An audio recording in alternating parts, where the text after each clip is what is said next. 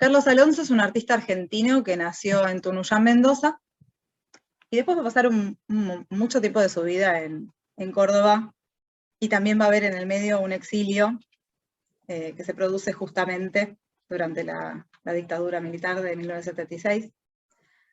Así que es un artista que viene muy cargado de nuestra propia historia, de la historia de Argentina, la vamos a recorrer con él.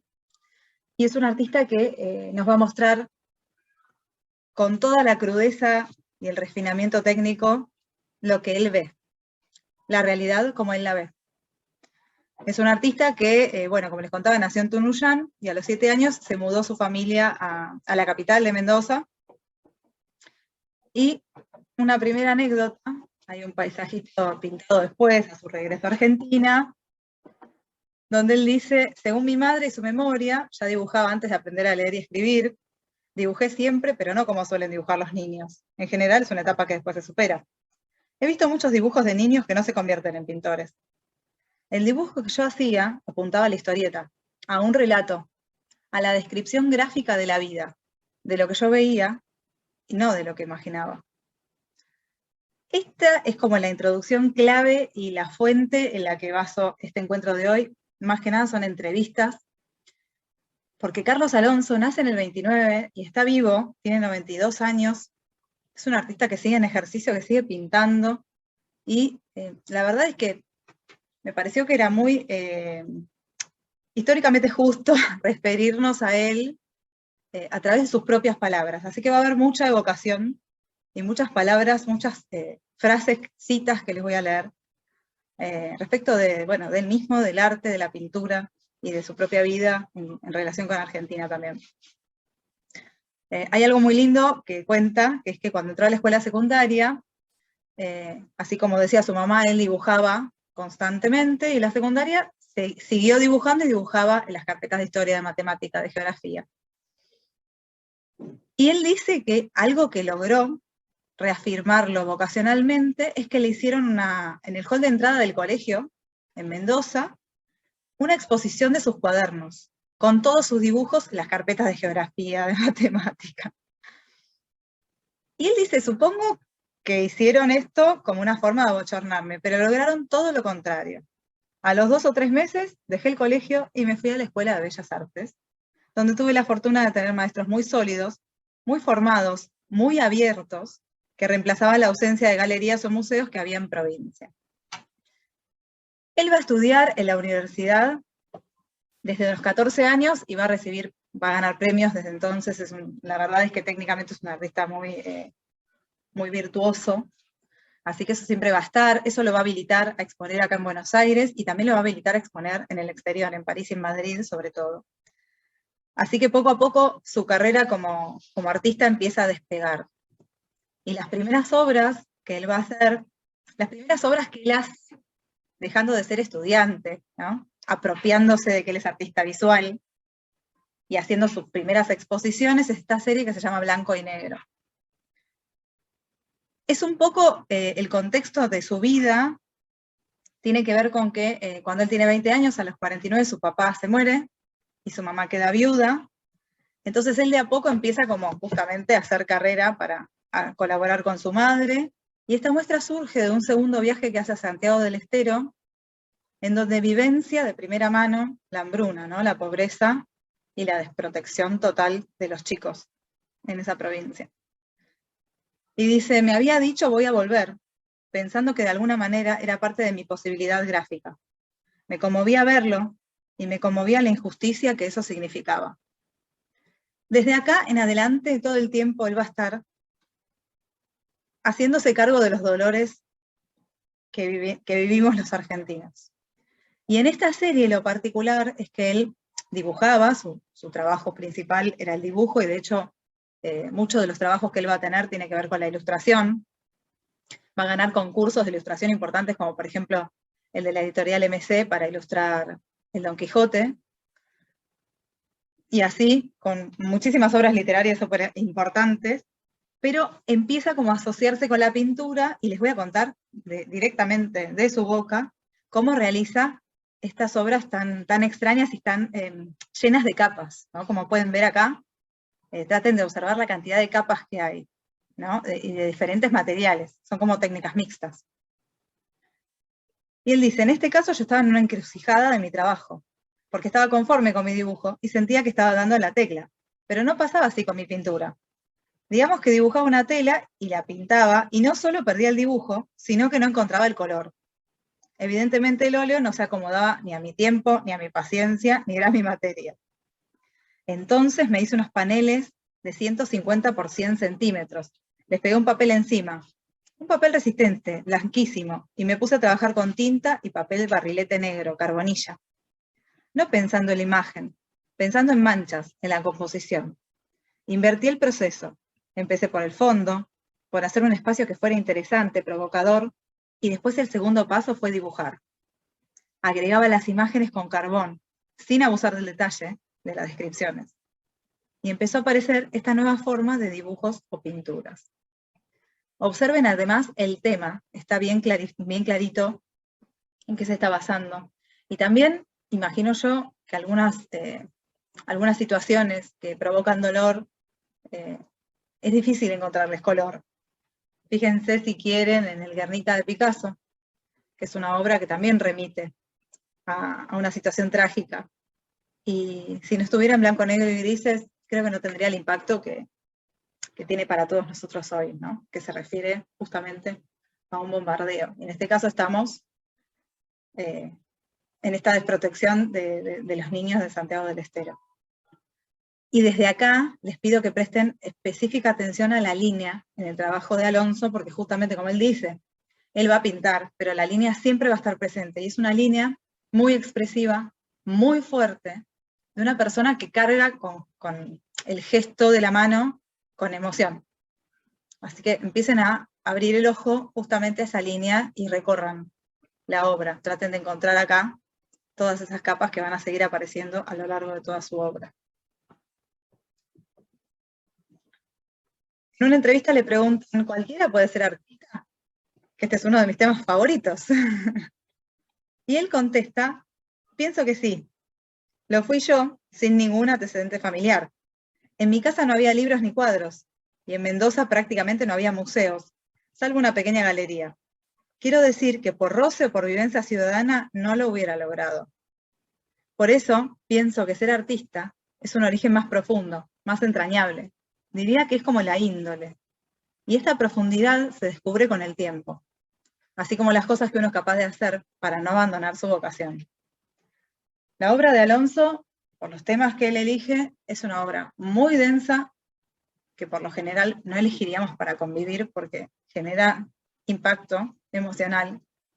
Y él todo el tiempo, justamente para no dejar su vocación, siempre va a trabajar con la ilustración, que de todos modos es importante para él, no es, digamos, algo secundario, sino que forma parte intrínseca de su producción. Pero de todos modos, un poco de esto habla. Él no se hace artista porque le facilita en ese mundo, sino porque realmente es como la índole, o sea, es algo entrañable, ¿no? Es algo que sale desde adentro. Y toda esa emoción la va a cargar en su obra y la vamos a ver todo el tiempo.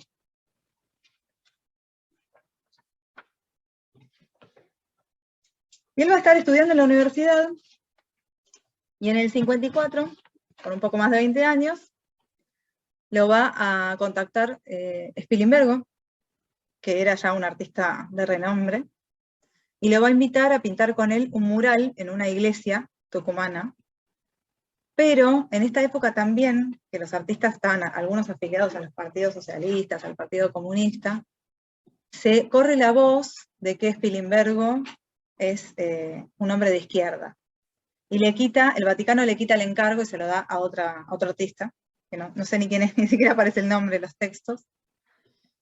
Entonces, ese encargo se disuelve, pero la relación que genera Spilimbergo con Alonso es muy fuerte, tanto así que pasa de ser su maestro a ser su amigo.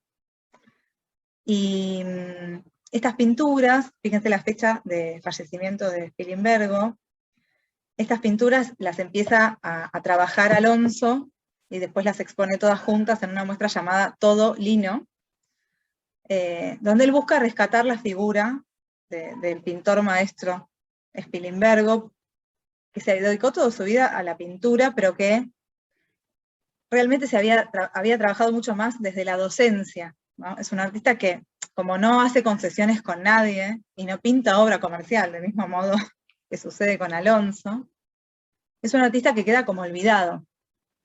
Y que cuando Alonso se reencuentra con él, a su regreso de Europa, lo ve así, ¿no? Como casi olvidado, pintando siempre. Siempre lo va a pintar con sus atributos de pintor, ¿no? Y va a escribir: vi a Spilimbergo en un quillo y lo vi azotado por la enfermedad, con eczemas en las manos y las piernas. Lo vi vendado, sufriente, casi olvidado. Me impresionó mucho. Sentí que alguien tenía que decir eso, que no estaba el gran maestro adorado por sus discípulos, consagrado por la crítica y comprado por los coleccionistas. No, había una ruina, algo que va a ser, finalmente, el propio destino de cada uno de nosotros. Y lo va a mostrar así como lo ve, justamente, sin piedad, se diría. Después les voy a explicar un poco qué es esto de la piedad. Y también va a decir de su maestro: Spilimbergo fue de alguna manera un maestro, pero no tanto lo pictórico como lo personal. Él era fundamentalmente un hombre libre, libre de las convenciones comerciales, de las especulaciones, de la prensa del éxito, de la fortuna. Tenía esa coherencia, esa capacidad de defender el arte contra toda mistificación y su vínculo con el pueblo y el patrimonio. Todo aquello que hacía del arte un producto no tan comercial como espiritual. Esa es como la línea que le va a bajar de su maestro también, ¿no? De alguna manera no hacer concesiones, no pintar algo comercial, sino pintar desde las entrañas de donde realmente vienen y qué es lo que ven. Como les contaba, Alonso va a viajar y va a trabajar desde la ilustración, ilustrando el Martín Fierro, de Don Quijote de la Mancha, y en Londres, teniendo en cuenta también, recuerden estas primeras obras que vimos, blanco y negro, donde él hablaba de la pintura, como que no se ajustaba mucho a él, entonces tiene que encontrar esta forma como de collage para poder dibujar y pintar a la vez. En los 60 va a descubrir en un viaje a Londres el acrílico, que a diferencia del óleo, que es una pintura al aceite, es una pintura al agua, por lo cual seca rápidamente. Entonces se acomodó rápidamente a esa técnica y va a pintar sobre muchísimos temas diferentes. Va a haber como un estilo muy, muy amplio entre sus pinturas, pero igual siempre vamos a encontrar esa línea que es tan propia de él, ¿no? Va a trabajar en collage y tinta, como les había mostrado antes. Va a trabajar sobre la tradición artística de lo que es ser un pintor, como vimos las obras de su maestro, Lino Spilimbergo. Siempre va a mezclar eso con la temática social, y también se va a meter con la historia del arte. Pero la historia del arte, esas citas que él va a hacer de la historia del arte, va a tomar grandes obras, o grandes artistas, o grandes obras de la historia del arte, y les va a dar un giro que siempre termina cayendo acá en nuestro territorio, ¿no?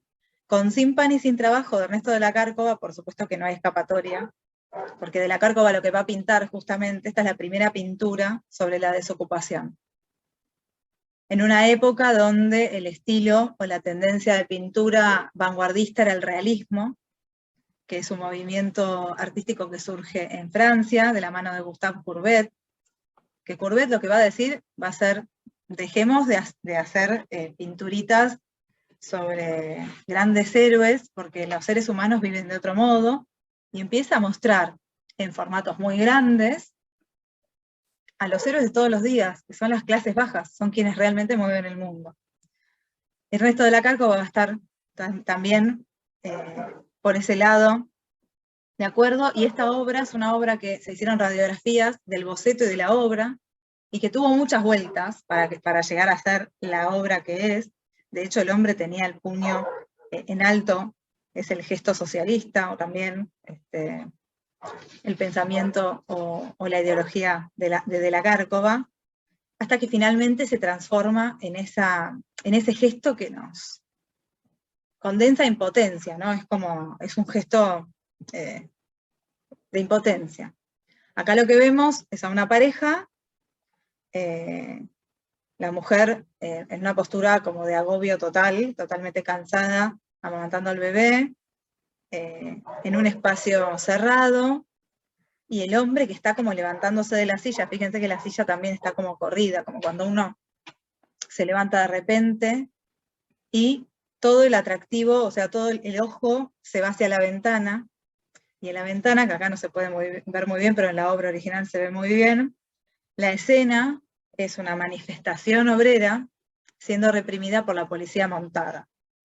Este hombre desocupado viendo cómo se desbaratan, ¿no?, incluso las protestas de su propia gente. Cuando De la Cárcova presenta esta obra en un salón, bueno, la crítica fue muy elogiosa, pero el periódico del Partido Socialista, que todavía no era el partido, era el Centro Socialista, lo hace bolsa, ¿no? Y miren lo que dice. Se llamaba La Vanguardia, el diario. La crítica fue tremenda. Dice: gracias a Dios que aún hay huelgas. Así encuentran los pintores escenas de dolor en que inspirarse, y pueden distraernos con impresiones nuevas. Ha de pensar más de un elegante amateur ante la dramática obra del pintor De la Cárcova. Terrible. Es una obra que además realmente inicia el realismo social en lo que es la historia del arte argentino. Así que por eso es tan importante, y por eso siempre volvemos a ella. Y Alonso lo que va a hacer versionar y modificar la obra, imprimiéndole un carácter muy contemporáneo. Observen la obra Sin pan y sin trabajo del 66 de Alonso, tiene estas viñetas, como si fuera la historieta de la que él habla cuando habla de que le gustaba la historieta y dibujar cuando era pequeño. Eso ya le da un aire contemporáneo, porque nos cuenta muchas historias, son microhistorias dentro de la gran historia. Y fíjense esa mujer, que casi podríamos decir que se evita con la olla en la mano, ¿no? Después hay dos versiones más, hay muchas más versiones, pero yo les dejo esta porque me parece interesante también el tema de los títulos, ¿no? La de la izquierda es Sin pan y con trabajo, y la de la derecha Con pan y con trabajo, donde ya es como que fue atravesada toda situación de angustia. Fíjense la claridad de los colores, ¿no? Ya está como es todo más liviano, e incluso el hombre que nos mira, como un gaucho moderno, se da lujo de leer poemas, ¿no? Así que él va a ir tomando esta gran obra de arte argentino y la va a seguir versionando una y otra vez, y es algo que él va a seguir haciendo con la historia del arte universal, ¿no? Acá les muestro unas influencias para todo lo que vamos a ver después. Esta es la lección de anatomía del doctor Nicola Stuhl de Rembrandt, y a la derecha la Lamentación sobre el Cristo muerto de Mantegna. Son dos obras de siglos distintos, como pueden observar. Una es Renacimiento y la otra ya estamos en el siglo XVII. La obra a Rembrandt,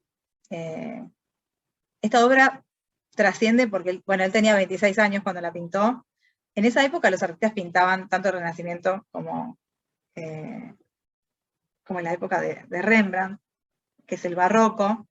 Eran artistas que trabajaban por encargo. De hecho, esa era la forma de vivir. Así como había médicos, abogados, había pintores que les encargaban obras para diferentes instituciones y privados.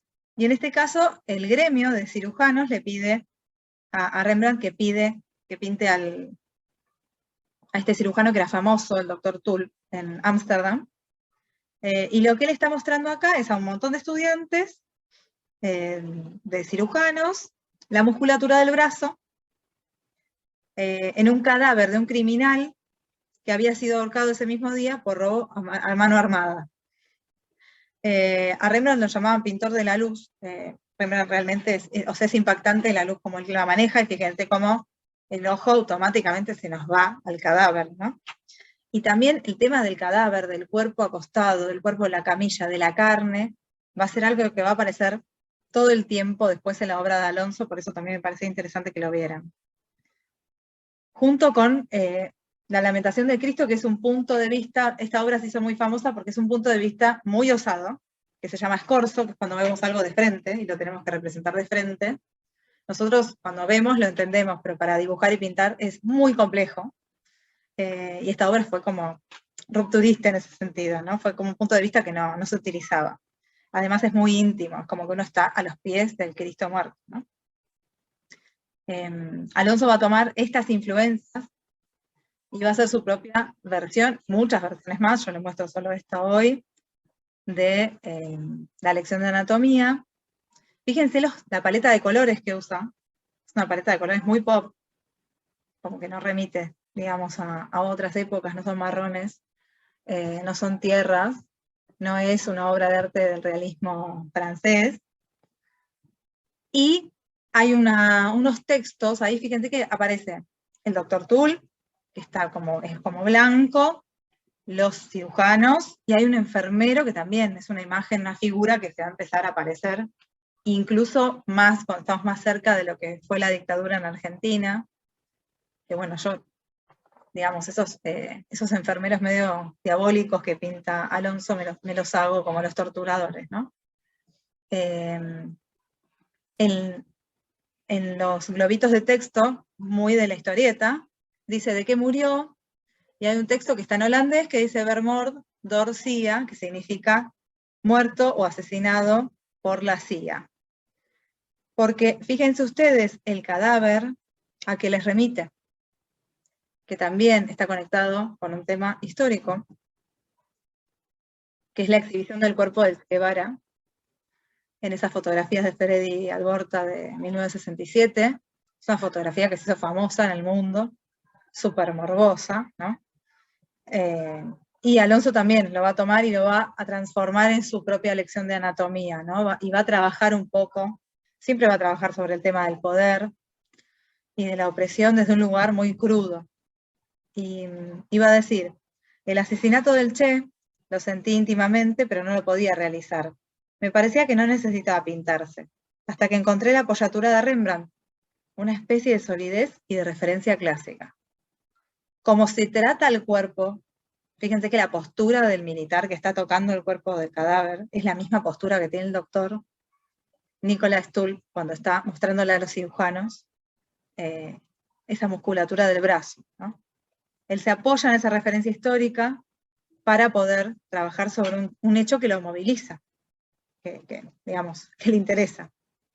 Esta serie de obras que tiene que ver con el Che Guevara se expuso en el 71 en una galería, 2 años después de haber sido censurada en las salas nacionales de exposición, y según el artista son estas obras que son invendibles, ¿no? No sé tanto si por lo comercial o por el tema o porque no la vende, pero bueno, fíjense de nuevo cómo empiezan a unirse los puntos, ¿no? Siempre va a referencias históricas propias de la historia humana, de la historia latinoamericana, de la historia argentina y de la historia del arte. Y acá los enfermeros, de los que hablábamos hace un rato, aparecen en una lección de anatomía a la izquierda. Estas son fotos del museo, disculpen la calidad medio baja. De nuevo, toda la imagen, pero ahora ya ese cadáver son huesos directamente, los de la obra de la izquierda. Y los enfermeros cobran sustento. Estas son, es como si fuera una instalación bidimensional, y son figuras recortadas de madera que sobresalen de la obra. Y los enfermos están llevando el cadáver. Chao. Porque ya son huesos, ya pasó tanto tiempo que desapareció. Y los enfermeros con la camilla van a aparecer en una serie llamada Mal de Amores, que es la de la derecha, donde vemos a estas parejas, ¿no? En plena lujuria, llevados por estos tipos, aparte con, digamos, el contexto de la obra es como si fuera un hospital feo, ¿no? Hay azulejos celestes, todas las obras tienen, estas obras de Mal de Amores tienen una paleta de color muy fría, excepto por la pareja, que son todo fulgor, pero son paletas azules, celestes, ¿no? Que nos llevan a algo frío, nos llevan a un lugar no amoroso. Y él va a decir, la serie Mal de Amores mezcla discursos. Ya venimos, ¿no? Con la carne, la lección de anatomía, y él dice, como en la Argentina, cuando los políticos dicen que hay que hacer cirugía mayor, por ejemplo. La hice toda en Italia. Son técnicas mixtas, grabado y dibujos. Esto fue en el 72. Yo trabajé del 71 al 76 en Italia, hice toda esta serie y llegó a este tipo de imagen. Y esto es previo, ¿sí? Esto es previo a estas mal de amores, pero también, de alguna manera, es una obra profética, o que de alguna manera se acerca a lo que él va a trabajar después con gran potencia. Y esta obra de censura, observen, la mujer acostada en un colchón, eso de hecho que ven ahí, por eso es una técnica mixta, es una tela de colchón arrancada y pegada sobre el lienzo, con todas las figuras de poder que tiene que haber, tapando a una simple mujer desnuda. Por debajo, quien contempla y protege la escena es un tigre que lleva la bandera norteamericana. En los años 70, en Argentina, el realismo resiste. También es muy importante decir esto, porque dentro de esta tradición está Alonso. Hay un grupo de artistas realistas que resisten a lo que sería la muerte de la pintura, que surge en los años 60, cuando tiene gran auge el Instituto Di Tella. Para la historia del arte queda, los 60 son el Di Tella, y todos los artistas que quedan por fuera, quedan realmente por fuera, ¿no? De hecho, es difícil rescatarlos por separado. En el encuentro que hicimos sobre arte de los 80, la pintura vuelve con toda fuerza, pero en los 70 hay artistas que siguen pintando, por ejemplo, Roberto Eisenberg, que es un artista surrealista, argentino, queda también por fuera, es un artista súper importante de la historia y no lo conocemos porque no está dentro de lo que fue el Di Tella. Con Alonso pasa lo mismo, él va a rescatar, siempre le va a rendir fidelidad a la pintura. Y el dibujo va a ser, la línea en su dibujo va a ser como la clave de todo. Pero el arte de los 70 es un arte que está muy en conexión con la coyuntura política y lo terrible que socialmente vive la Argentina a través de la dictadura, ¿no? Entonces él no deja nunca de pintar y sí va a tomar el collage, las técnicas mixtas y las instalaciones, pero nunca va a dejar de pintar. No se va a alejar. Algunos artistas directamente dejan de pintar.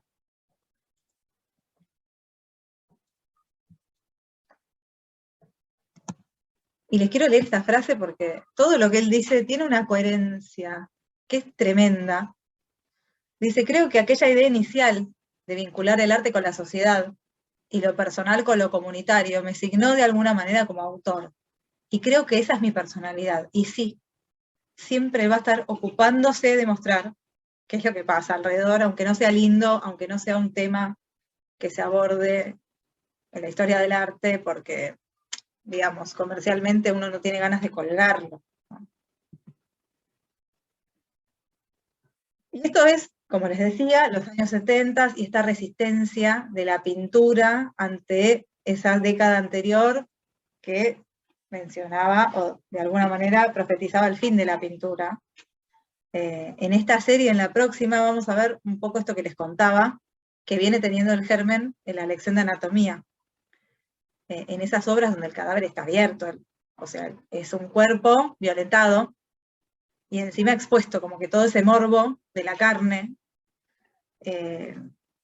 tiene mucho que ver con nuestra historia también, sobre todo en esta época que va a mostrar esta serie que se llama El ganado y lo perdido, donde van a aparecer las medias reses, son un símbolo de lo que producimos acá en Argentina, de lo que exportamos, y también van a aparecer estos personajes poderosos, que son los que imprimen el cómo vivir, ¿no? Que nos bajan las pautas de cómo vivir, rodeados de todo ese poder.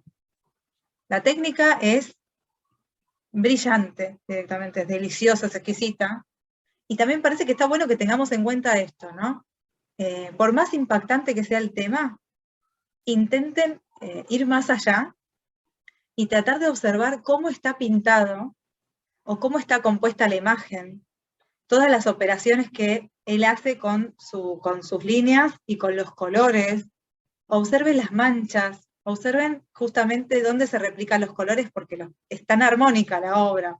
Por eso digo, más allá del tema, tratemos de prestar atención a cómo está pintado, cómo está hecho, el tiempo que esto tiene y el trabajo que tiene, desde la mano. Como les contaba, el tema de la carne con los cuerpos, y estos hombres que son los que detentan el poder. Fíjense, Carne de Primera, ya es del 78, ya estábamos bien adentro de lo que fue la dictadura militar. Y esto es una de las últimas pinturas que él hace, ya les voy a contar bien qué es lo que pasó ahí. Aparecen estos hombres que, fíjense, uno incluso tiene un guante blanco en la mano, ¿no? Como si fueran ladrones, ladrones de alta gama. En el medio de esa carne que representa tanto el símbolo argentino como la violencia en los cuerpos. Ahí en Gran Tango, también estas mujeres desnudas directamente, ¿no? Siendo utilizadas por estos hombres poderosos.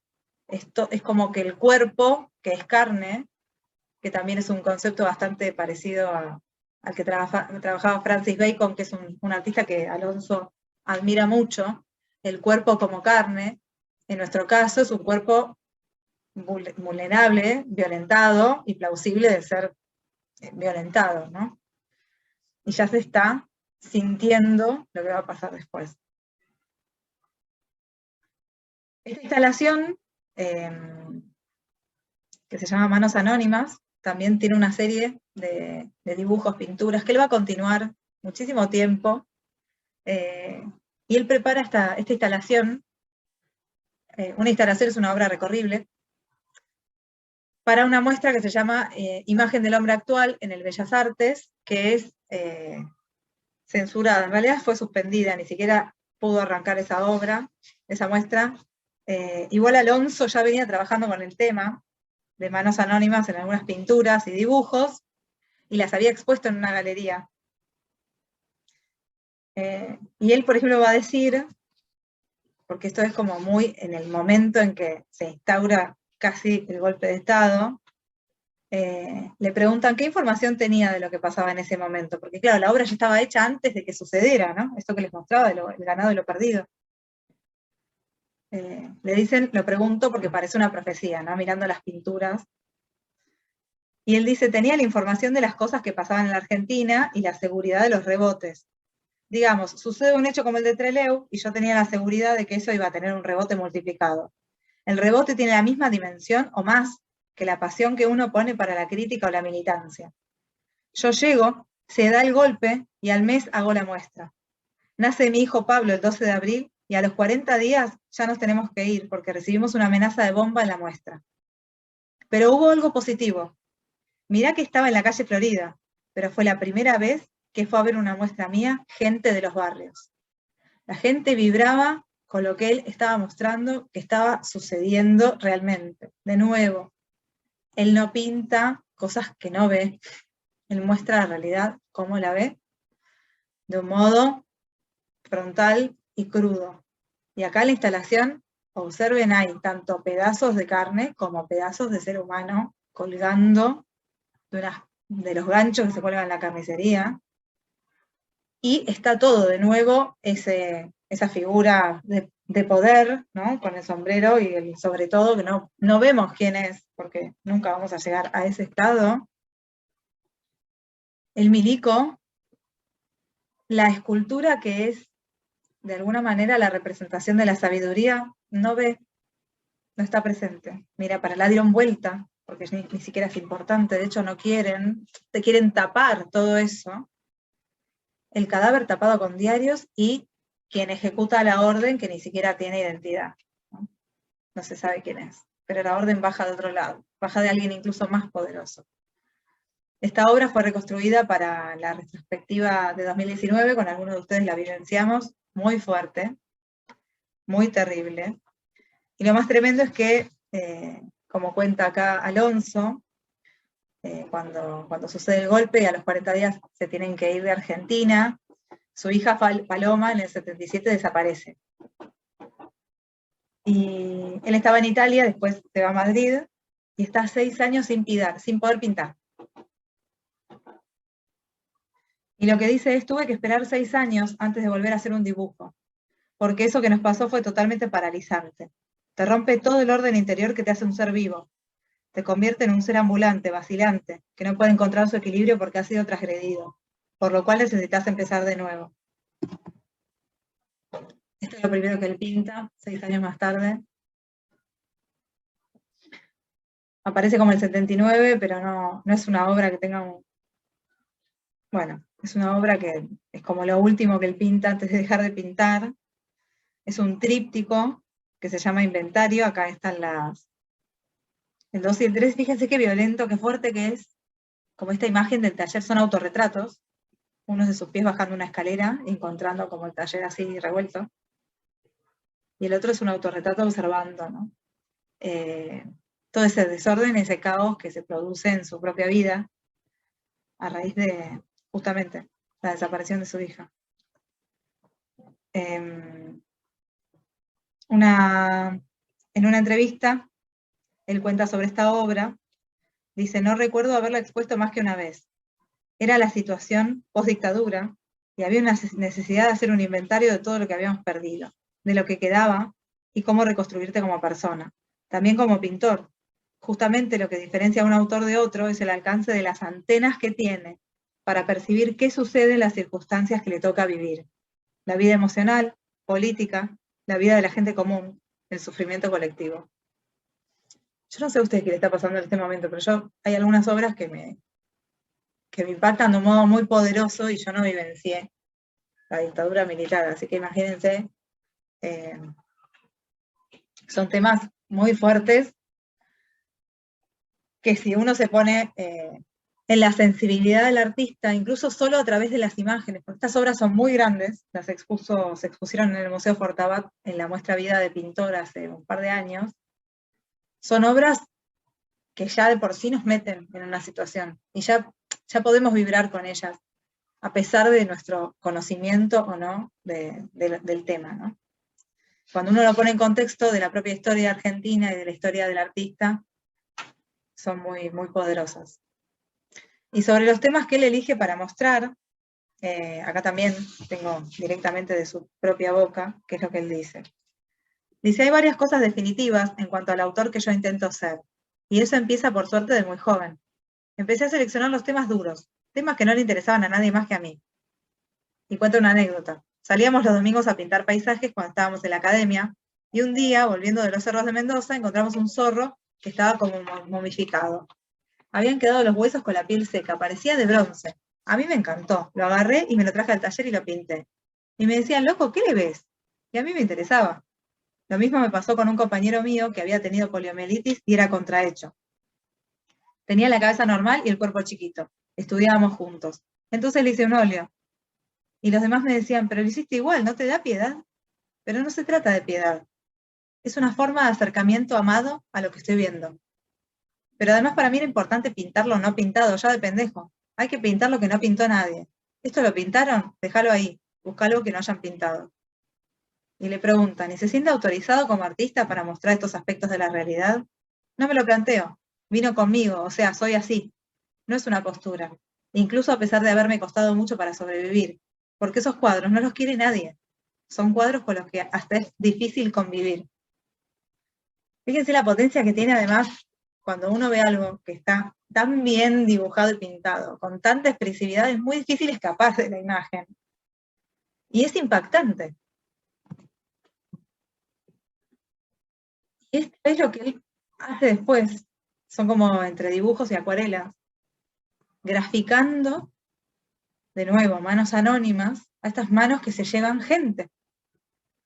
Esto es brutal, o sea, observar estas obras es muy fuerte, es muy difícil ver más allá del tema, pero también me parece fundamental que llenen el ojo de esta línea, de estos colores, de estas cosas que desaparecen y aparecen todo el tiempo en la obra de Alonso, ¿no? Hay como una liviandad, como si fuera fácil de hacer, incluso. Es dificilísimo, y sobre todo cuando vemos el tema del que estamos hablando. Y ese es un autorretrato, un tríptico que fíjense cómo aparece la mano sobre la boca y va desapareciendo a la persona, ¿no? Que es el mismo, es un autorretrato. Y dice, no soy ni fui un tipo violento, porque le preguntan justamente por qué aparece tanto la violencia en su obra, qué es lo que quiere hacer con eso, o sea, es algo que él reprime, qué es lo que pasa, ¿no? Dice, la violencia es un signo argentino, nací en el 29 con el primer golpe. Yo diría que en mis cuadros la violencia está como forma de reflexión acerca de su capacidad destructora. Hay otro tipo de violencia más estética. En mi caso apunta más a un exorcismo, a intentar borrarla. Siempre lo sentí así. Y sigue siendo indudable que después del matadero, de la guerra del Malón y del proceso, seguimos aprendiendo sobre el dolor y la muerte. Siempre vamos detrás. Son las muertes violentas las que de alguna manera producen en la sociedad la necesidad de cambios, las grandes reflexiones y rebeliones. O sea, él muestra para exorcizar, muestra para sacar, muestra para sacarse de encima y también muestra para que veamos y reflexionemos. Y cuando regresa del exilio en Unquillo, en paralelo que él va haciendo, que él va a hacer, pues fíjense, estos paisajes, por ejemplo, el de la izquierda es del 82, cuando él regresa del exilio, se va a Córdoba, se va a reconectar con el arte, con la pintura, desde un lugar, desde el paisaje, ¿no? Y cuenta también que no solo pintándolo, dice, llevaba la tela y la ponía en el suelo debajo de un árbol, como si fuera una cama. Y sobre esa tela caían las hojas, cagaba los pájaros, pasaba un conejito por arriba. Había un rastro, polvo. Y yo iba creando ahí un movimiento que era un dejo del paisaje. Hasta que pasado un tiempo levanté la tela y decidí crear sobre esa superficie.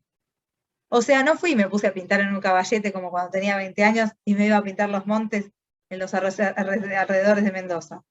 Era una forma de hacer el paisaje, pero principalmente de volver a tener los pies en la tierra. Es un modo de volver a conectar esta pintura de paisaje, que en realidad tiene un rastro, tiene polvo, tiene vida del espacio donde él está habitando. Él se va a quedar a vivir ahí en Unquillo, hasta hoy vive ahí. Y fíjense qué hermoso el paisaje de la derecha. Él reconecta así con la pintura. La pintura finalmente en Alonso, además del dibujo, va a ser como la disciplina que él siempre va a elegir. Y esta sección donde respiramos un poco más, la llamé Vida de Pintor, porque hubo una muestra muy hermosa que se hizo, como les contaba, en la colección Fortabat hace un tiempito, donde él va a mostrar a todos sus ídolos, ¿no? Se va a mostrar a sí mismo, va a estar el inventario, esa obra terrible, en el fondo de una de las salas, y también van a estar esos artistas que le dan un pie a una entrada al arte como Van Gogh. Y sobre Van Gogh, él va a pintar toda su vida, y va a pintar situaciones reales de la vida de Van Gogh, como ven ahí, lo ven, se llama la serie del pintor caminante, lo va a pintar a él con su caballete y sus cositas saliendo a pintar, va a pintar el tema de la oreja y una posible elucubración de cómo sucedió el corte de oreja de Van Gogh, y también va a pintar situaciones fantasiosas, ¿no? Ahí está, por ejemplo, en el hospital, es una situación totalmente contemporánea, no sé si es una situación muy de otra época, ¿no? Pero bueno, sobre Van Gogh va a decir, y sobre los artistas en general. En mi primer viaje a Europa descubrí a Diego Velázquez y a Vincent Van Gogh, dos señales muy distintas, muy formadoras, pero muy distintas. Por un lado, un nivel de calidad, de estética, de resolución de la forma y de la imagen como tiene Velázquez.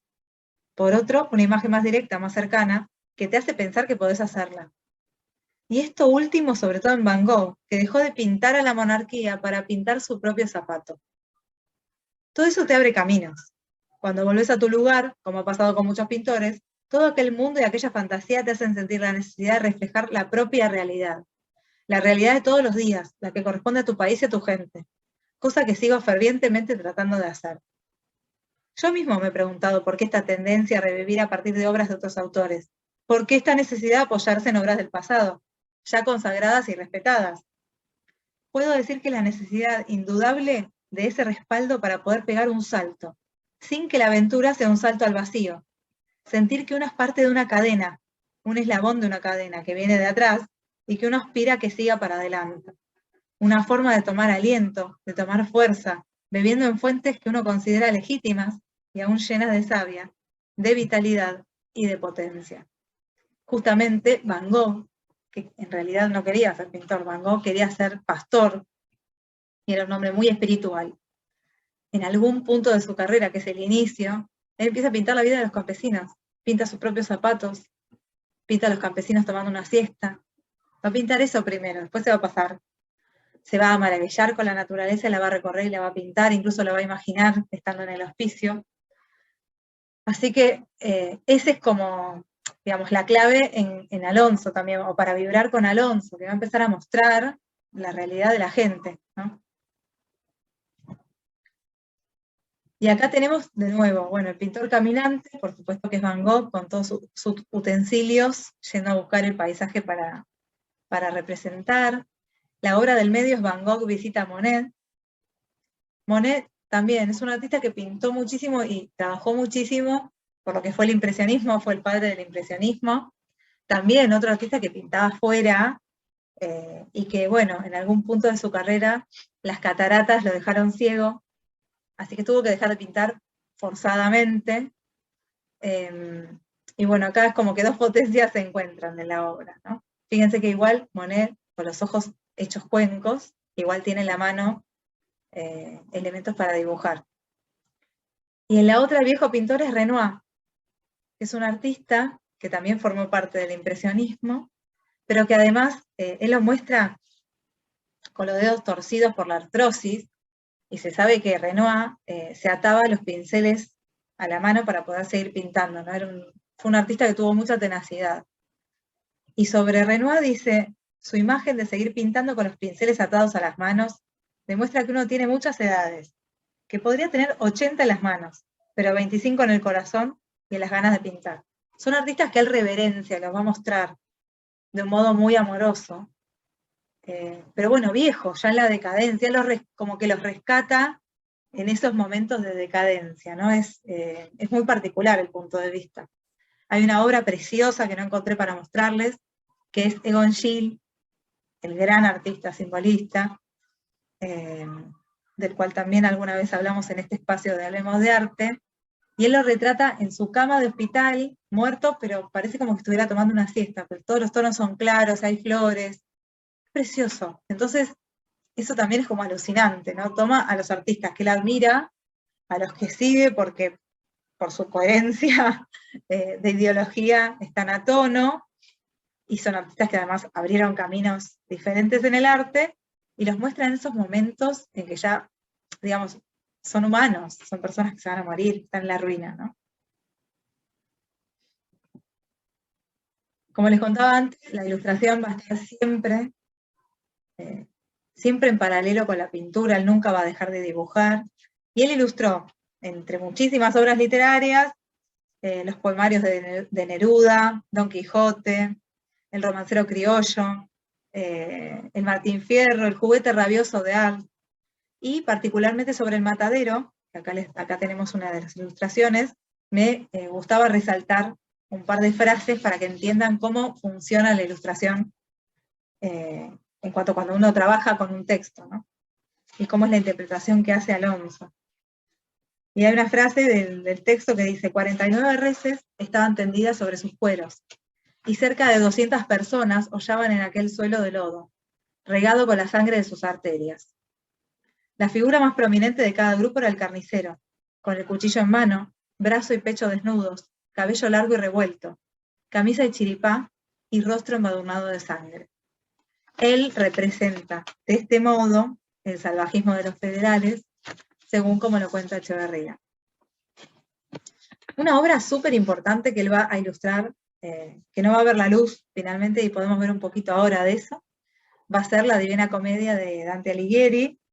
Él en el 69 se va a ir a Italia, a Florencia, y va a recorrer la zona de la Toscana, y va a surgir esta serie de dibujos que se llama Carlos Alonso en el infierno. Fíjense, son todos autorretratos de él, con los cuernitos y la imagen del final, que nos muestra bien a él, ¿no?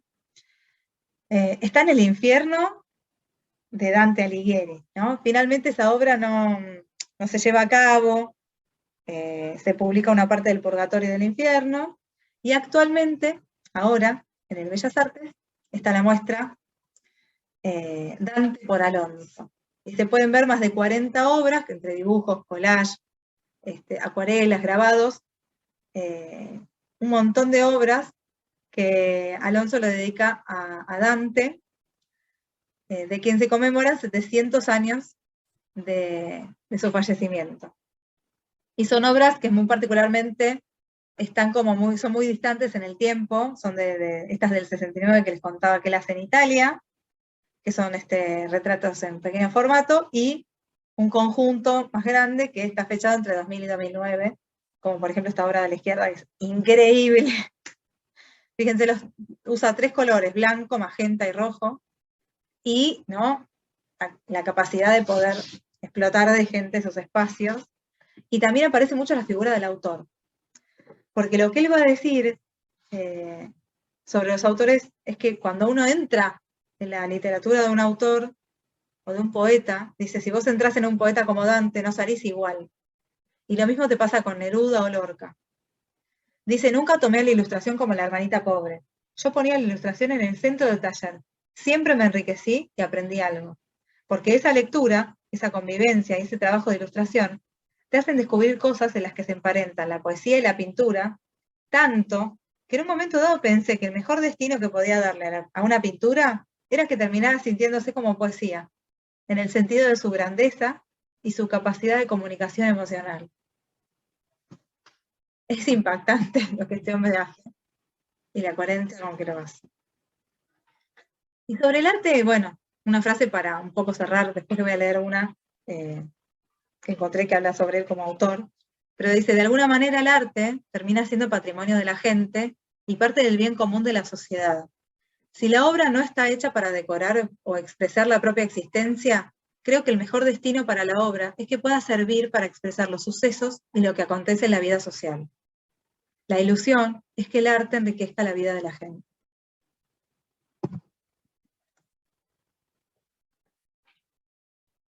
Y acá con este autorretrato, un pensamiento para cerrar un poco lo que él siente cuando pinta o cuando se hace cargo de su vida de pintor, ¿no? Dice, creo que he trabajado mucho. He trabajado en una conciencia nacional de la que estoy orgulloso. Mis cuadros no se ven como se ven otras pinturas. Están dirigidas a otro lugar del sistema nervioso. Van dirigidas a otros aspectos también de la naturaleza humana del espectador. Lo que a mí me pasa con la poesía, eso que me pone la piel de gallina, es parte de mi lenguaje. Nadie se pone a pintar eso por placer, necesidad de beneplácito o de aplauso. Es una necesidad muy profunda y tiene que ver con mi propia naturaleza. Y me hace bien sentir que tuve la capacidad de laburo para realizarlo en silencio, a veces un silencio de muchos años. La pintura es un arte silencioso y solitario.